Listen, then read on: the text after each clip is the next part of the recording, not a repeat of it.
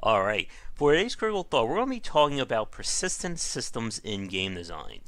When we refer to this term, we're talking about elements in a game that become unlocked or given to the player that will change or grow subsequent plays over the course of how many matches, runs, or hours you spend playing. Previously, we used the term metagame to describe this, but since metagame has become more associated to the state of the game in competitive titles, I'm going to be referring to this as persistent going forward. Now, persistent systems are a very effective form of progression, as well as motivating the player to keep playing a title, because as the game keeps growing and changing, it's going to make each run or each match feel different. But there are a few common areas where designers tend to slip up or don't follow the design as well as they should that can lead to making the game intentionally frustrating or unintentionally frustrating for players. Now, when we talk about persistent systems, there's two categories of games that we see this in. The first one are games built on RPG systems or leveling up.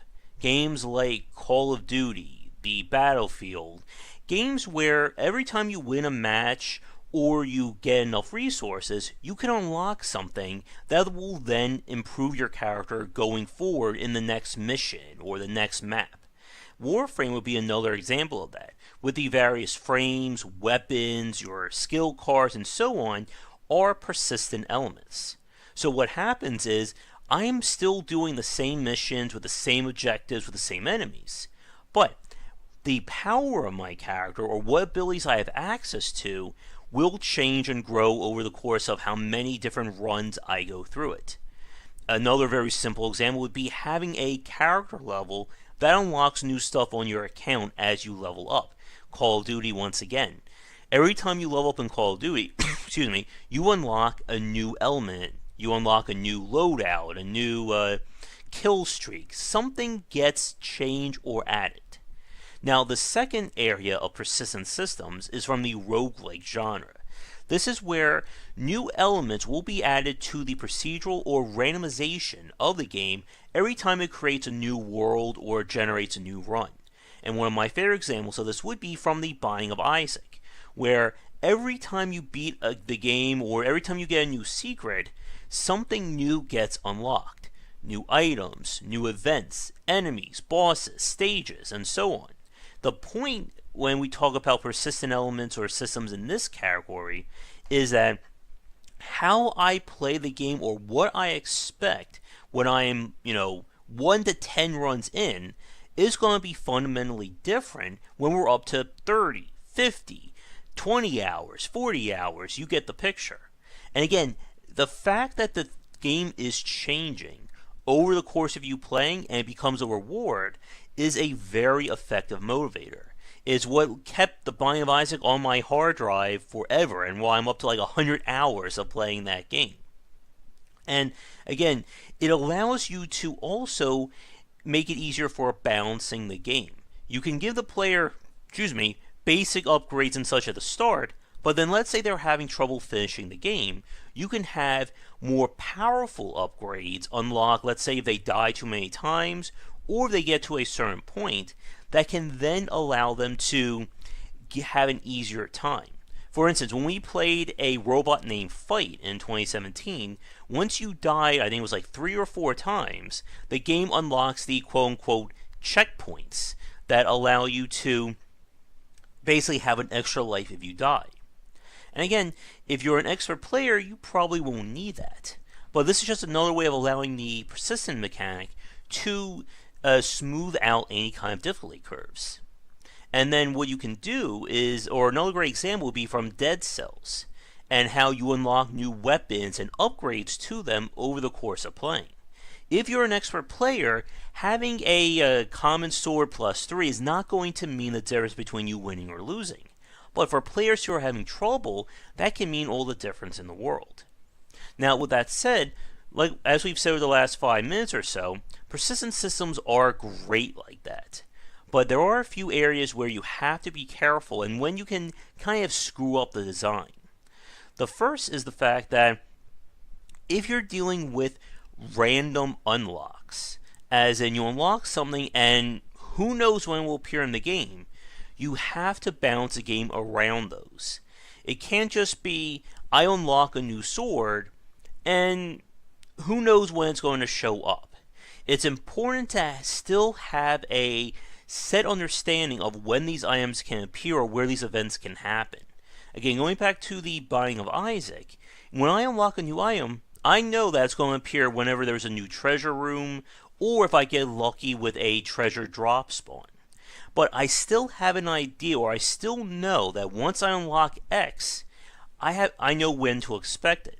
It's not a case of I unlock a new item, and then who knows where it can appear. And that's the same major point of any kind of progression. The player needs to know that things are changing. They need to see it in game. And with that said, another or a very big trap that designers fall into is using incremental persistence systems. This is where instead of unlocking new content that changes the game, we're basically just affecting the abstraction. Great examples of this would be like in Rogue Legacy, where a lot of the upgrades are like plus to damage, plus jump speed or jump height, increase health, and so on. I recently played through Immortal Redneck that has that very same skill tree. There are very few hard upgrades there. Hard would be like unlocking a new weapon, or a new item, or adding new enemies. And the problem with this is commonly when developers build their games around incremental upgrades with their persistence systems, it creates a case where the game is not balanced around the player winning from the get-go.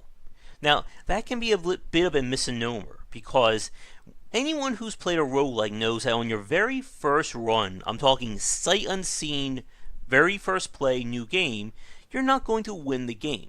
You need to learn the rules and how the systems work. But the game is still balanced around giving anyone a fair shot. That's the allure of roguelikes, where you could find really great weapons that let you tear through the game, or you may struggle, and everything in between. But what happens with incremental upgrades, is that the game is balanced around you having those upgrades to stand any chance. And you see this when, as you play through the game, the enemy stats and abilities are just overtuned against what your basic abilities are. Because the point is, they're expecting you to have, let's say, plus 8 in weapon damage and plus 5 in health to get to this point. And the issue is that when you're building your game around this, what you're telling the player is that this run doesn't matter. You're just playing the game to get to that magic run when your stats are high enough or your gear is high enough that you can then make a solid attempt. And that's not the point of a good persistence system. The idea is that the game is growing over how many runs I'm playing. It's changing. When you're doing with incremental updates or upgrades, the game is not changing. I'm still doing the very same exact thing on run 5 that I'm doing on run 10. The difference is maybe I'm hitting a little bit harder, or I'm running a little bit faster. And while those incremental updates or upgrades can improve the player or improve the play, it's not changing the game, and it's going to make things be very repetitive, especially if you're not unlocking anything of note during that time. And again, note would be something that changes how you play. Now continuing with that line of thought, another common trap that I see developers fall into is again trying to go for that perfect run, where you cannot beat the game unless you've hit that point. Well, then what happens is if you fail on that run, you then have to restart and gather your resources again. And this is seen in games where the persistent elements are not basically permanent. And a really good example of this would be the Flame in the Flood. The Flame in the Flood was a survival-esque game that we looked at, I think that was late 2016, I want to say. And what happened was, it's all about you crafting gear and resources that will help you. Whether it's better armor, better weapons, traps, the abilities to do certain things based on your gear, and you get the picture. And what happened was, depending on when you got those items would mean a very big deal in terms of your survivability. The game is basically built on a feedback loop. The earlier I have better gear or better items will allow me to gather stuff easier, which means that the rest of the game will be easier. If I get something really great that lets me scavenge tools easier, where I get that 3/4 of the way done, it's not going to mean as much as if I have that from the start. And that was the point of the Flame of the Flood, was that you really had to have all your best stuff and then put it in to basically be carried over to then make a serious run at the game.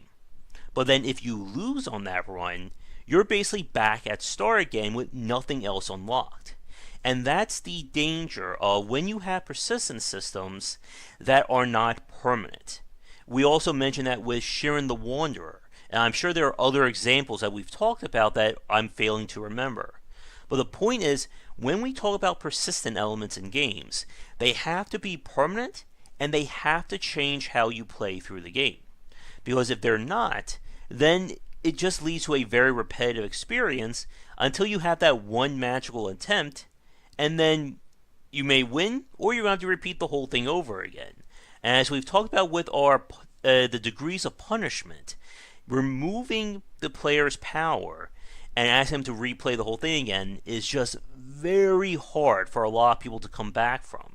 Especially if you spend who knows how many hours or matches to get to that point. At least with Rogue Legacy, even though it did use incremental upgrades, those remain permanent. And there were still elements that would allow you to basically make those easier, such as allowing you to save more gold after each run, or again unlocking the new classes. So it kind of had both the best and the worst of both worlds in that case. But with that said, we're going to wrap things up for today. I'll be probably making a post about this on Game Wisdom in a few days. But again, persistent systems are very effective to keep someone playing. For those of you watching this, can you think of great and poor examples of a persistent system and how it was implemented in a title? Because again, a lot of people see this as just saying, let's just let the player have little upgrades after each run. Or let's make it so that you start technically at like -5 and you have to work your way up. And again, those don't really work to motivate. And one last point is that you can have things be very simple in terms of the persistent, and as long as it's a meaningful upgrade, the player will appreciate it. In Spelunky, for instance, the persistence system there was simply unlocking the shortcuts through the first 3 levels, or the first 3 worlds. Or I'm sorry, I think it was to the 4th world as well. And again, that was entirely optional, and for a lot of players, they may not even use it. But again, it was just like a kind of a little, I'm trying to think of the right term. I wouldn't say sleight of hand, but a little flourish to new players, saying, oh, well, if you need help, we can let you skip through it. You just have to do this little task, and then once it's done forever.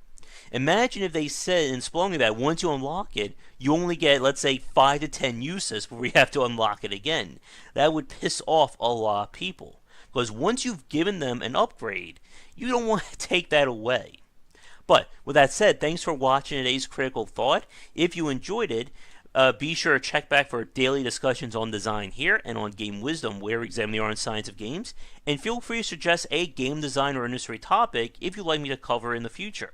But until next time, have a great day. Thank you so much for watching this video. If you enjoyed it, be sure to like and subscribe to the channel. Check back around 10 Eastern for regular streaming. If you'd like to suggest games for me to cover or topics to talk about, let me know in the comments below. For a collection of my writings as well as weekly podcasts on design, check out game-wisdom.com.